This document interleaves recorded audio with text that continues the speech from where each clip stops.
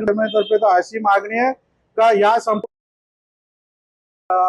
हे प्रकरणाची माहिती मिळाली आणि सर्वात पहिला महाराष्ट्र नवनिर्माण सेनेने सन्माननीय डॉक्टर महोदयांना आणि कर्मचारी आणि नर्स यांना सपोर्ट दिला आणि त्यानंतर मग संपूर्ण प्रसार माध्यमातून ही बातमी सगळीकडे प्रसारित झाली आणि प्रचंड व्हायरल झाली आणि त्याच्यानंतर मग सगळे स्तरांवरनं जेव्हा निंदा व्हायला लागली आणि त्यानंतर पोलीस प्रशासनावर दबाव आणल्यानंतर मग याच्यावर गुन्हा दाखल झाला।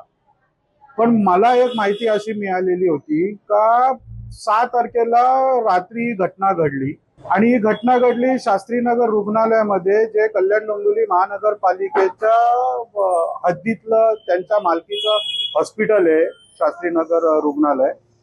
आणि ही घटना घडल्यानंतर कुठेच वाच्यता झाली नाही, कुठेच कुठल्या प्रकारची कारवाई झाली नाही, काहीच झालं नाही। जेव्हा 7 तारखेला हे जे डॉक्टर होते ज्यांच्याबाबत ही घटना घडली, अतिशय निंदनीय घटना जी घडलेली आहे, हे माननीय आयुक्त महोदयांना जेव्हा भेटायला गेले त्यावेळेला आयुक्त महोदयांनी यांना 3 तास बाहेर बसून ठेवले आणि त्यांना नंतर सांगण्यात आलं का तुम्ही अतिरिक्त आयुक्तांना भेटा करून। मला आयुक्त महोदयांना एक प्रश्न विचारायचा आहे, जर ही घटना महानगरपालिकेच्या हद्दीमध्ये होते, त्याचे सीसीटीव्ही फुटेज अवेलेबल आहेत, तर आपण तात्काळ पोलीस प्रशासनाला याचं इंटिमेशन का दिलं नाही? आपण प्रशासनाचे प्रमुख आहात ना।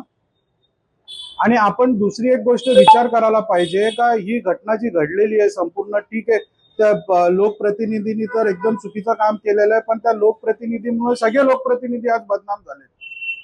याचं मुख्य कारण काय? हॉस्पिटलमध्ये सुविधा नाही, इन्फ्रास्ट्रक्चर नाही, यंत्रणा नाही, त्याच्यामुळे हा संपूर्ण प्रकार घडलेला आहे।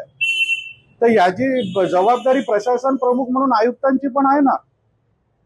आता नगरसेवक निवडून तर 6 महिने झाले, याच्यापूर्वी 5 वर्ष प्रशासन होतं ना, महासभा होती ना, स्थायी समिती होती, संपूर्ण कंट्रोल हा प्रशासनाकडे होता।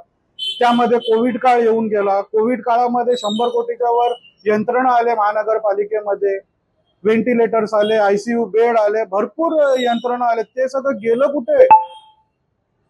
आणि जर महानगरपालिकेकडे जर एवढी 2 मोठी हॉस्पिटल आहेत, रुक्मिणीबाई हॉस्पिटल आहे, शास्त्रीनगर हॉस्पिटल आहे, याच्यावर जर महानगरपालिका प्रॉपर कंट्रोल करू शकत नाही तर काय फायदा अशा प्रशासनाचा?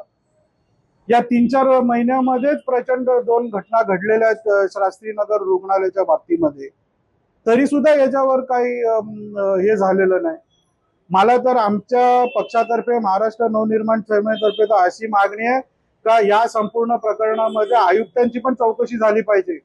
यांनी हे प्रकरण दाबण्याचा प्रयत्न केलाय।